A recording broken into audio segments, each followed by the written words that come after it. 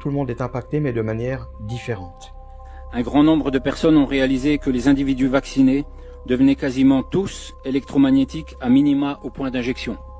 Ces technologies très avancées qui existent depuis maintenant très très longtemps, mais qui tout doucement prennent une avance considérable. Mai 2021, en Espagne, le docteur Pablo Compra découvrait par le biais de son microscope électronique à transmission la présence de milliards de nanoparticules d'oxyde de graphène dans les flacons Comirnaty de Pfizer.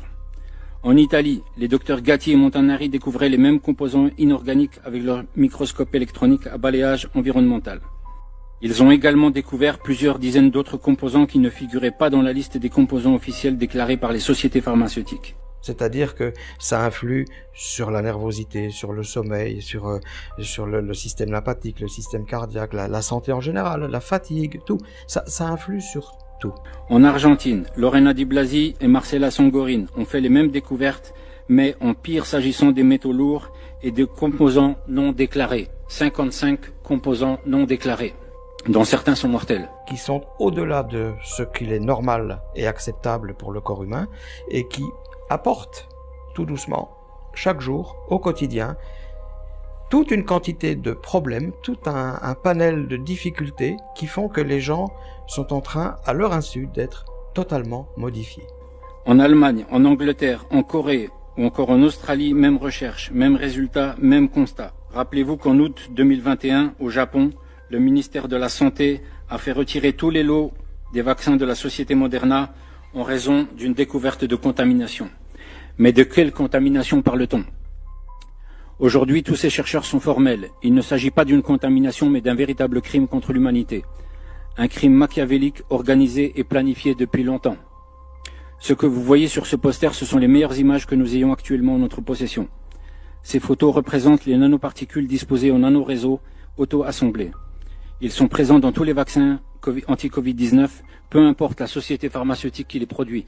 Sinopharm, Sinovac, Turcovac, n'importe. Les photos remarquables que vous voyez là nous viennent d'Australie et ont été prises par le docteur David Nixon. À votre avis, à quoi avons-nous affaire ? Ce sont des technologies très très avancées et pas forcément si humaines qu'on croit. On peut contrôler toutes sortes d'émotions. On pourrait engendrer de la joie, ou de la tristesse, ou l'humeur qu'on désire. Et en même temps, en parallèle à tout ça, on entend de manière politique des discours qui se tiennent sur la transition énergétique.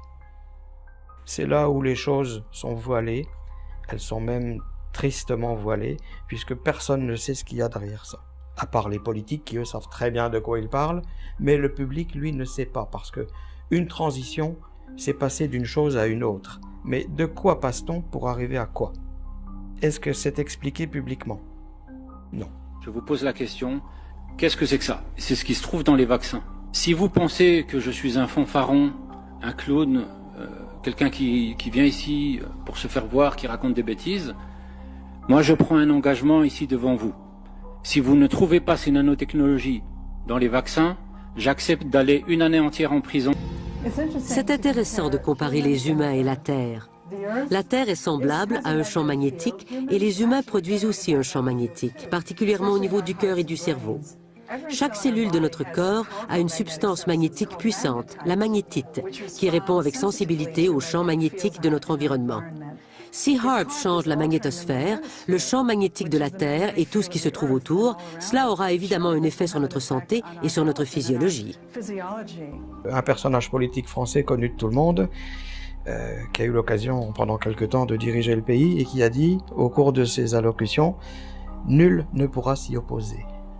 Nous y allons tous vers ce nouvel ordre mondial et nul ne pourra s'y opposer.